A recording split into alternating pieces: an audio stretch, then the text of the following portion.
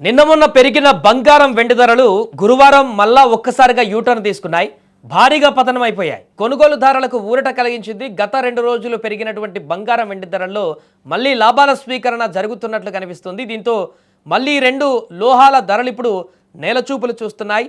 హైదరాబాద్లో బంగారం ధరలు భారీగా పెరిగాయి. హైదరాబాద్ బులియన్ మార్కెట్లో 24 క్యారెట్ల 10 గ్రాముల బంగారం ధర 1,59,120కి చేరింది. నిన్నటి ధరతో పోల్చుకుంటే ఏకంగా 5,000 రూపాయలు తగ్గిపోయింది. ఇక 22 క్యారెట్ల బంగారం వచ్చేసి 10 గ్రాములకి 1,41,550 వద్దకు చేరింది. నిన్నటి ధరతో పోల్చుకుంటే 4,600 రూపాయలు పడిపోయింది. ఇక దేశ రాజధాని ఢిల్లీలో 24 క్యారెట్ల 10 గ్రాముల పసిడి రేటు 1,54,570కి చేరుకోగా 22 క్యారెట్ల 10 గ్రాముల గోల్డ్ ధర 1,41,700కు చేరుకుంది. అదే సమయంలో పసిడి ధరలు భారీగా పతనమయ్యాయి. మంగళ బుధవారాలలో భారీగా పెరిగినటువంటి వెండి గురువారం షాక్ ఇచ్చింది.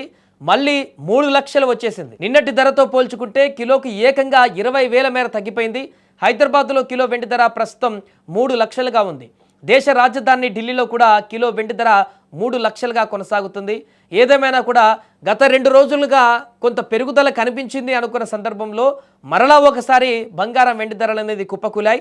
2 రోజుల క్రితం ఏ రకంగా వారం రోజుల పాటు తగ్గుదల కనిపించిందో వరుసగా 2 రోజుల తర్వాత బ్రేక్ ఇచ్చి నిన్న మొన్న కొంత పెరిగింది. ఇక మరలా తగ్గదేమో, మొత్తానికి యూటర్న్ తీసుకుంది, ఇలా పెరుగుకుంటూ పోతుందేమో గోల్డ్ వెండి అని చెప్పేసి అనుకున్న వారికి ఈరోజు ధరలు ఒక్కసారిగా షాక్ ఇచ్చాయి.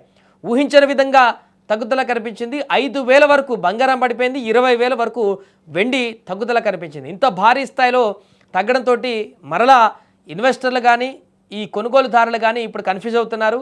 ఏంటి ఒకరోజు పెరుగుతుంది, ఒకరోజు తగ్గుతుంది, ఏంటనేది అర్థం కావట్లేనటువంటి ఉద్దేశంతో ఇప్పుడు అసలు కొనాలా వద్దా అనేటువంటి ఆలోచనకు వచ్చినటువంటి పరిస్థితి నెలకొంది. ఏదేమైనా కూడా మరలా తగ్గడం అనేది సామాన్య మధ్యతరగతి ప్రజలకైతే కొంత ఊరటనిచ్చేటువంటి అంశంగానే చెప్పుకోవచ్చు.